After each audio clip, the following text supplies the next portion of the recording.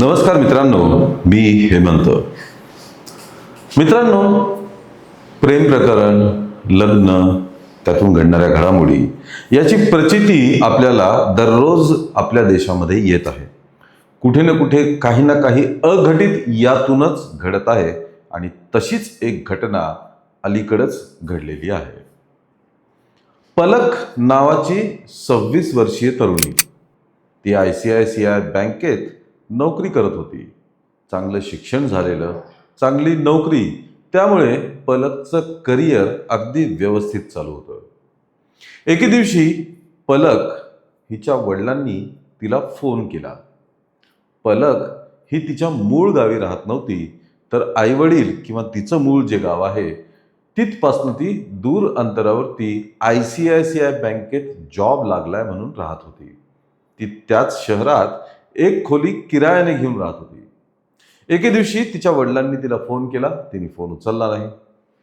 त्यांनी दिवसभर फोन करत राहिले, पण फोन काही पलकने उचलला नाही. घरच्यांना वाटलं फोनमध्ये काही बिघाड झाला असेल किंवा पलक बिझी असेल. त्यानंतर एक दिवस लोटून गेला. दुसऱ्या दिवशी पण वडिलांनी फोन केला, पण पलकने काही फोन उचलला नाही. तेव्हा तिच्या आई वडिलांना शंका आली आणि ती ज्या खोलीत भाड्याने राहत होती त्या घरमालकांना त्यांनी फोन करून सांगितलं की पलक फोन उचलत नाहीये, तुम्ही कृपया जाऊन बघा. घरमालक ठीक आहे म्हणाले आणि ते पलकला भेटण्यासाठी त्या घरी गेले.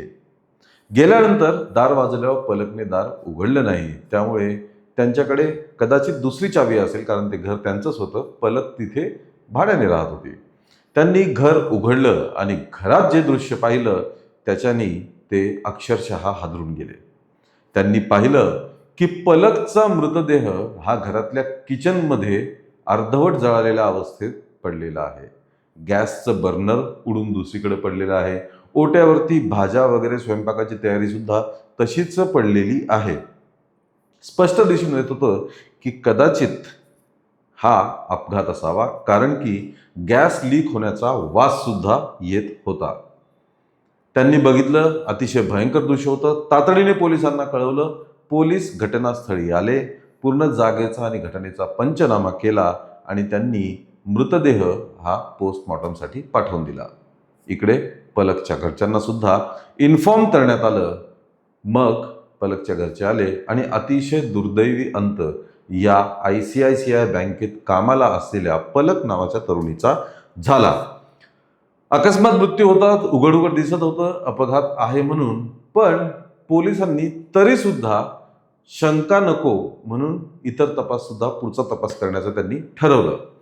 त्यांनी काय घडलंय आणि जेव्हा हे घडलं तेव्हा कोणालाच कसं काही कळलं नाही, शेजाऱ्या बाजाऱ्यांना कसं काय काही कळलं नाही, बाहेर काहीच हालचाल का बरं झाली नाही, हे शोधण्यासाठी त्यांनी त्या घराच्या आसपासच्या परिसरातील CCTV फुटेज तपासण्याचा निर्णय घेतला आणि तो त्यांनी तपासला. CCTV फुटेज तपासत असताना कोण त्या घराच्या दिशेने येतंय, कोण इकडनं जातंय वगैरे सगळ्याच शंका क्लिअर करण्यासाठी त्यांनी बघायला सुरुवात केली आणि एक क्ल्यू, एक शंकेचा धागा त्यांना सापडला. एक व्यक्ती कॅमेऱ्यामध्ये तोंडाला कापड गुंडाळून लपत छपत जात असल्याचं त्यांना दिसून आलं. त्यांनी त्या व्यक्तीचे इतर कॅमेऱ्यांमध्ये टिपलेले सुद्धा सगळे व्हिडिओ फुटेजेस काढले आणि त्यांना या व्यक्तीवरती शंका आली.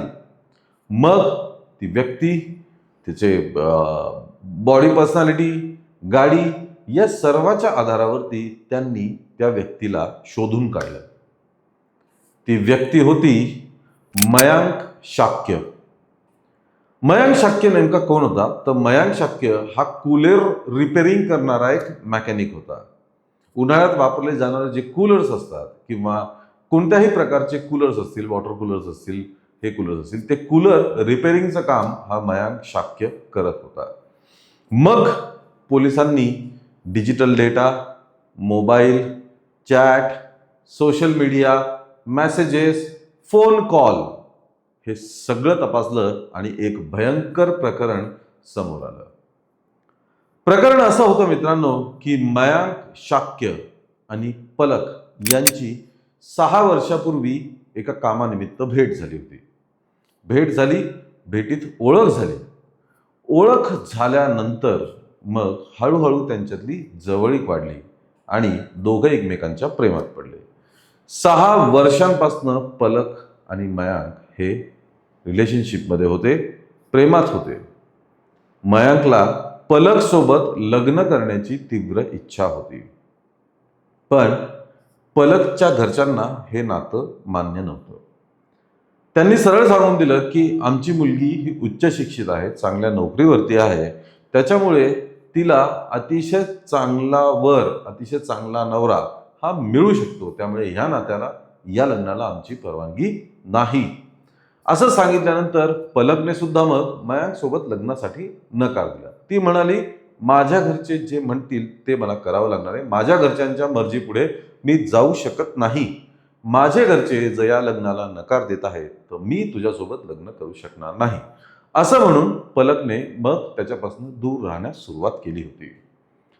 मयांक अक्षरशः लग्नासाठी वेडापिसा झालेला होता.